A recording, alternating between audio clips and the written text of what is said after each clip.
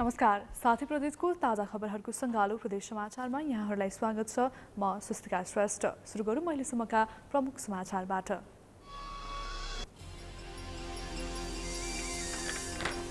विजय दशमीको आज मुख्य दिन घर घरमा मानिसजनबाट टीका तथा जमरा ग्रहण गरिँदै कोरोनाको जोखिम कम भएसँगै गाउँघरमा उल्लास। बडा दशैंको अवसरमा पश्चिम तराईका थारू समुदायमा सखिया नाच सुरु। पुस्ता हस्तान्तरण नहुँदा सखिया नाच लोप हुने चिन्ता।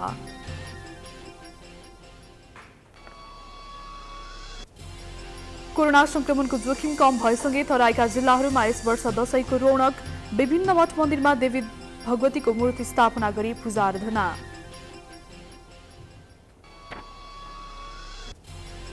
र बाँकेको डडुवा गाउँपालिकामा डिस्टिलेटरबाट निस्कने फोहोरको व्यवस्थापन नहुँदा गाउँ नै दुर्गन्धित। बालीनालीमा समेत प्रभाव पारेको किसानको गुनासो।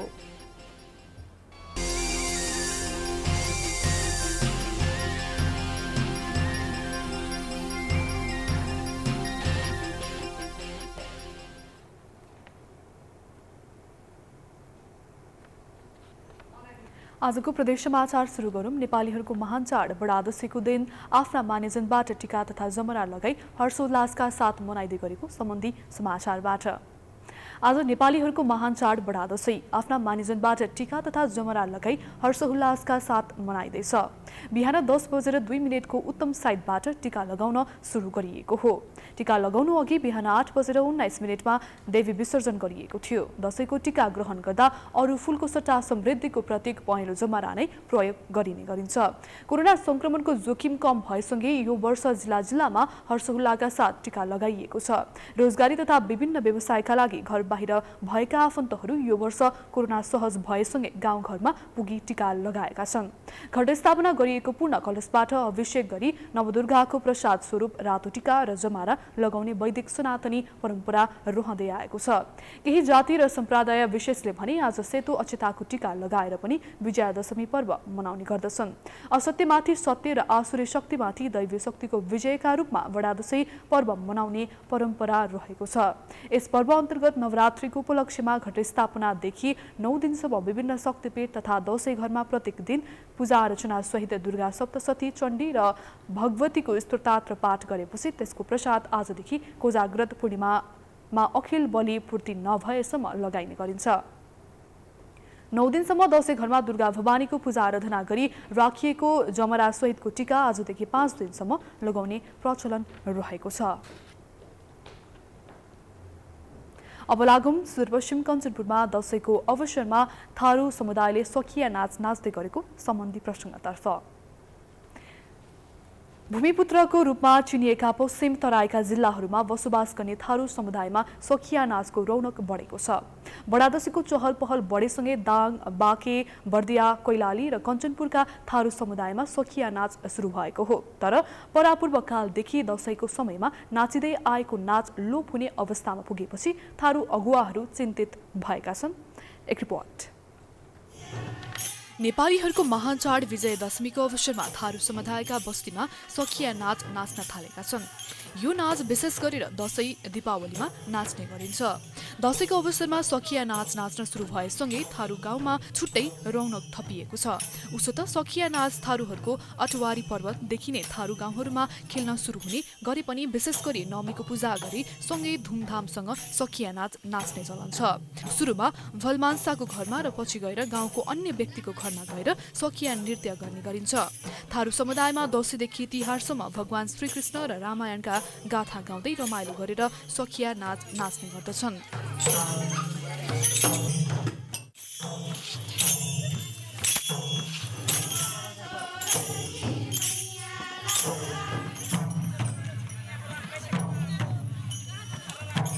नाच्ने र पुरुषहरूले मादल बजाउने गर्छन्। नाचको सुरुवात गर्नु अघि गुरुवाको आदेश अनुसार पूजा हुने गर्दछ। आफ्नो कुल देवताको पूजासँगै पितृहरूको मोक्षका लागि भन्दै थारू समुदायले आफ्ना पितृहरूको श्राद्ध गर्ने चलन रहेको छ। हमरा पूजा पाठ अपन पितृ हुकन हन समझ के हमरा काल पूजा करबी, रंगित करबी, परम हमार टीका हुई, अपन से बरमनिन से हमरा टीका लगेबी, ढोक देबी, ढोक डेहे जिठी बरघरे घर में जुठी बरघरिया चौकी डरवा हमन कैसे लबा हमरा 12 बजे 10 बजे से अपन घर लगा के 12 बजे से खाना खा खू के बरघरे घर जाके बरघरे खाट से टीका लेकर बरघर न्याय बरघरे खाट से टीका लेथी। नाचको बेला मादल बजाउनेलाई मदिरिया र नाच्ने युवतीलाई सखिया भन्ने गरिन्छ। गत वर्ष कोरोनाको कारण दशैं दीपावलीमा सखिया नाच हुन नसके पनि यो वर्ष भने सखिया नाचमा रमाउन पाएको भन्दै थारू युवतीहरू खुसी भएका छन्। हामी चाहिँ आज दशैंको सखिया नाच्ने तयारीमा छौँ। दशैंको सखिया नाच चाहिँ विशेष गरी दशैंमा मात्रै नाचिने गरिन्छ। यसमा चाहिँ हामी हाम्रो चौधरी ड्रेस लाएर प्रत्येक घरमा गएर नाच्दै गर्छौँ। यसमा चाहिँ हामी चौधरी ड्रेसमा भन्दाखेरि चोलिया भइहाल्यो, लेहेङ्गा अनि फरियाहरू अनि पछि हाम्रो गरगहनाहरू लाउने गरिन्छ। सखिया नाच मादलको तालमा युवतीले तालमा ताल मिलाएर सामूहिक रूपमा नाच्ने नृत्य हो। दशैं दीपावलीमा यो नाच विशेष गरेर साँझपख नाच्ने गरिन्छ। थारू समुदायमा महिलाले महिला साथीलाई सखी भन्ने गर्दछन्। सखी अर्थात् साथी मिलेर नाच्ने नाच भएकोले यसलाई सखिया नाच भनिएको हो। केही वर्ष पहिले 1 महिनासम्म नाचिने सखिया नाच अहिले भने करिब 1 सातासम्म मात्रै गाउँघरतिर नृत्य गरेको पाइन्छ। यो नाच भनेको कस्तो हो भने कि पुरानो संस्कृति आज पुर्खाले गरेको हो। किनकि हामीले पहिला भने हाम्रो जन्माष्टमीदेखि आएपछि सुरु गर्थ्यौँ। 1-1.5 महिना लाग्छ यसको गाना सिद्ध्याउने। अहिले चाहिँ किनकि हामीले सतकटमा गरिन्छ। सखिया नाचमा देव दुर्गा सबै खुसी हुन्छ। हाम्रो घरमा सखिया नाच गर्छौँ। घरमा हाम्रो देव दुर्गा नाम लिएर गाना गाउँछौँ। गाना गाएर हाम्रो घरको देव दुर्गा यति खुसी हुन्छ। पुरा आफ्नो पुरानो रीतिदेखि आफ्नो संस्कृतिदेखि पुरानो जमानादेखि हाम्रो सब चलन छ। त हाम्रो देवता धेरै मान्छन्। पछिल्लो समय युवा पुस्तामा सखिया नाचको मौलिकता झल्कने खालका नृत्यहरू हराउँदै गएको पाइन्छ। देशको विभिन्न क्षेत्रमा बस्ने अल्पसंख्यक जातिको मौलिक रीतिरिवाज र परम्परालाई जोड्न सम्बन्धित निकायले चासो दिन जरुरी छ। कञ्चनपुरबाट डेलिराज पन्तको रिपोर्ट।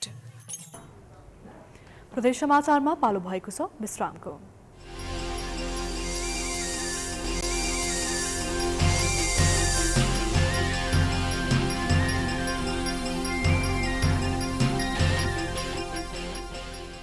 विश्रामपछि स्वागत छ। अब बाँकी समाचार।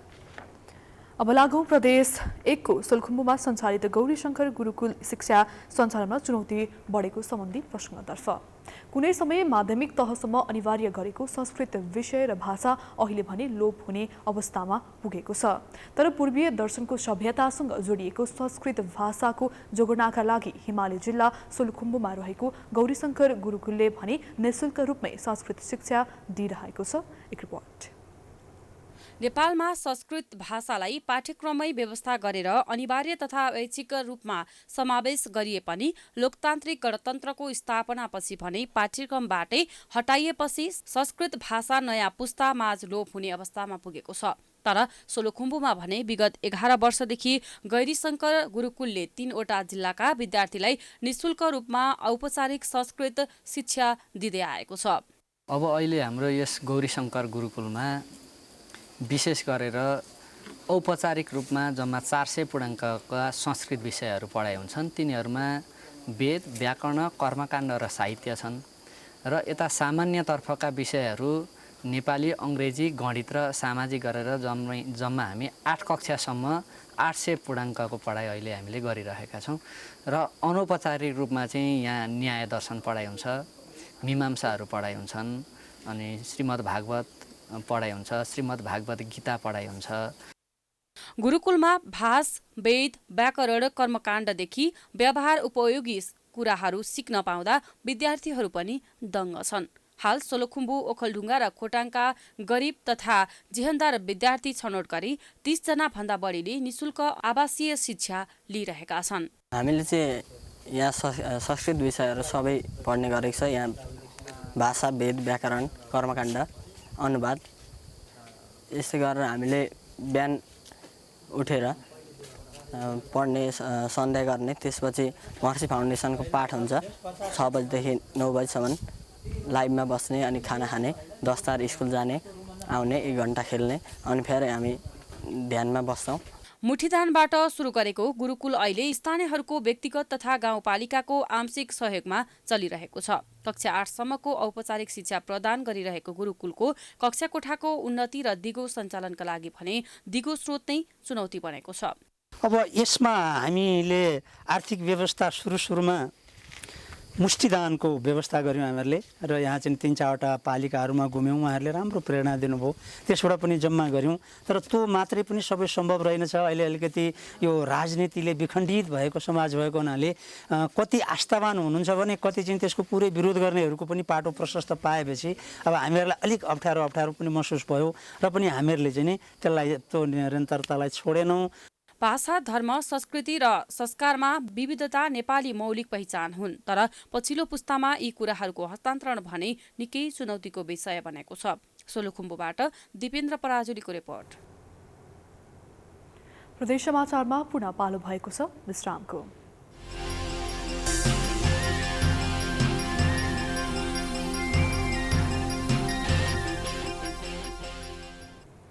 विश्रामपछि स्वागत छ। अब बाँकी समाचार। अन्त्यमा लुम्बिनी प्रदेशको बाँकेमा डिस्टिलेटरबाट निस्किएको फोहोरका कारण दुर्गन्ध फैलिएको सम्बन्धी समाचारतर्फ। बाँकेको डडुवा गाउँपालिका 4 स्थित मोहलरुवा फुर्बामा सञ्चालित भेरी डिस्टिलेटर एन्ड एलाइट इन्डस्ट्रिजबाट निस्कने फोहोरको व्यवस्थापन नहुँदा मानव जीवनमा प्रतिकूल असर पारेको छ। डिस्टिलेटरबाट निस्कने फोहोरका कारण किसानले लगाएको बाली नालीमा समेत क्षति पुर्याउने गरेको छ। एक रिपोर्ट। डिस्टिलरीबाट निस्कने फोहोरका कारण उद्योग क्षेत्र आसपासमा दुर्गन्धित फैलिँदै गएको छ। मदिरा उद्योगबाट निस्कने फोहोरलाई सिधै डडुवा नाला र खेतमा फाल्ने काम गरेको कारण किसान लगाएको बाली नालीमा समेत क्षति पुर्याउने गरेको छ। उद्योगबाट निस्किएको फोहोरलाई दानाको रूपमा पुनः प्रयोग गर्नाले झन बढी दुर्गन्धित हुने गरेको स्थानीयको गुनासो छ। डिस्टिलरीबाट निस्कने तरल पदार्थ व्यवस्थापन नगरी डडुवा खोलामा खसाउने गरेको छ, जसका कारण खोला फोहोर हुँदा पशुहरूलाई पानी खुवाउने र सासाना विद्यार्थीहरूलाई विद्यालय पठाउँदा खोला तर्न समस्या हुने गरेको छ। उद्योगबाट निस्किएको दुर्गन्धका कारण समस्यामा परेको स्थानीयको गुनासो छ। हामीलाई यहाँ धेरै समस्या छ। अब यो जस्तो डुडा खोलामा बगाइरहेको छ, अब यहाँ पशुहरूलाई पानी खुवाउन अब त्यति हुँदैन, गाह्रो भएको छ। अनि अब बच्चा बच्ची पनि हाम्रो यता जान्छन् उता पारीतिर पढ्न, स्कुल जान, अब तिनीहरूलाई पनि डुडा तराउन समस्या हुन्छ। अनि जस्तो अब त्यो बर्खामा खोलिदिन्छ, पुरै पास खोलेपछि हाम्रो यो धानहरूमा धेरै असर गर्छ। जस्तो बिउहरूमा धानको बिउहरू सरेर गयो। एक साल परार साल हामीले उता बाहिरदेखि किनेर हामीले रोपे थियौँ। बहुत समस्या है, पस पानी खाते हैं वो फिर मर जाते हैं।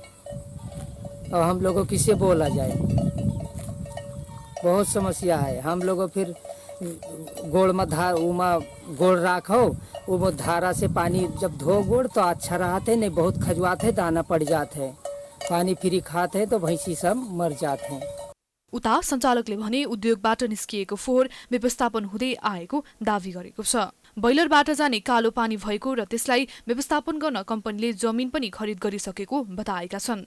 खेतीयोग्य जमिनलाई खराब नगर्ने खाली कालो देखिने मात्र भएको उद्योग सञ्चालकको दावी छ। हाम्रो चलनबद्ध रूपमा काम गरिरहेछौँ। 5 वर्ष भयो हामीले उद्योग चलाएको, केही न हरेक वर्ष केही न केही त्यसमा न्यूनीकरण गर्दै अहिलेसम्म आइरहेको छौँ। अहिले त्यसमा एउटा बढी भनेको एउटा बोइलरबाट जाने कालो पानी हो, त्यसलाई व्यवस्थापन गर्नलाई हामीले पोहोर पनि 3 बिघा जग्गा किनेर त्यसलाई आफ्नो जग्गामा व्यवस्थापन गर्ने, त्यसबाट फिल्टर गरेर त्यो पानी सफा पानी मात्रै बाहिर जाओस्, नालामा गएपछि त्यो कालो र दूषित पानी नजाओस्, एउटा त्यो हामी गरिरहेछौँ।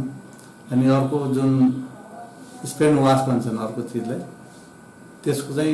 त्यसमा भएको सलिड चिजलाई हामीले मेसिनबाट भित्रै निकालेर गाई भैँसीलाई दानाको रूपमा बिक्री गर्ने र बाँकी बच्यो त्यसमा त्यो नोक्सानदायक हुँदैन, त्यसलाई पनि आफ्नो जग्गामा व्यवस्थापन गर्ने प्रक्रियामा लागिरहेछ र त्यो भइ पनि रहेछ। उद्योगबाट निस्कने लेदो र विसर्जन हुने फोहोर पदार्थलाई जमिन भाडामा लिएर राखे तापनि त्यसबाट निस्केको गन्धले समस्या परेको हुँदा उद्योगलाई मौखिक जानकारी गरेको स्थानीयले जनाएको छ। पालिकाबाट दिएको सुझाव कार्यान्वयन भएको नभएको बारेमा अनुगमन गरी आवश्यक कानुनी प्रक्रिया अगाडि बढ्न गाउँपालिकाले जनाएको छ। रहेको मानव बस्तीहरूलाई चाहिँ त्यो मदिरा उद्योगबाट निस्केको जुन लेदो र त्यो जुन विसर्जन हुने जुन विकार पदार्थ छ त्यो चाहिँ उहाँहरूले एउटा जग्गा भाडामा लिएर राख्नु भएको रहेछ होइन। अनि त्यहाँबाट निस्केको त्यो गन्धले, खास गरेर गन्धले साह्रै अप्ठ्यारो पर्यो भनेर उहाँहरूले यहाँ हामीलाई पनि मौखिक रूपमा जानकारी चाहिँ गराउनु भएको थियो। र त्यस अगाडि यो जनप्रतिनिधि निर्वाचित भएको पहिलो या दोस्रो वर्ष हुनुपर्छ, गएर यहाँ जनप्रतिनिधि सहितको त्यहाँ अनुगमन पनि भएको रहेछ होइन। उद्योगबाट निस्किएको फोहोरले बालीनाली उत्पादनमा समेत प्रभाव परेका कारण समयमा व्यवस्थापन गर्न स्थानीयले माग गरेका छन्। बाँकेबाट रविन्द्र घिमिरेको रिपोर्ट। हामी प्रदेश समाचारको अन्त्यमा आइपुगेका छौँ। जाँदा जाँदै मुख्य समाचार पुनः एकपटक। विजय दशमीको आज मुख्य दिन घर घरमा मानिसजनबाट टीका तथा जमरा ग्रहण गरिँदै कोरोनाको जोखिम कम भइसके गाउँ गाउँमा हर्षोल्लास।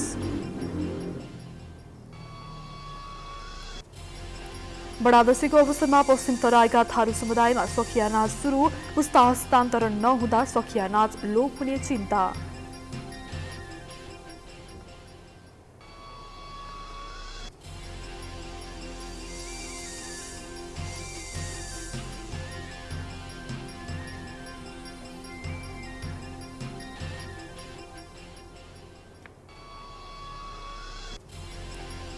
र बाँकेको डडुवा गाउँपालिकामा डिस्टिलेटरबाट निस्कने फोहोरको व्यवस्थापन नहुँदा गाउने दुर्गन्धित पालीनालीमा समेत प्रभाव पारेको किसानको गुनासो।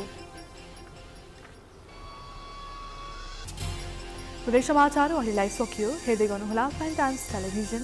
नमस्कार।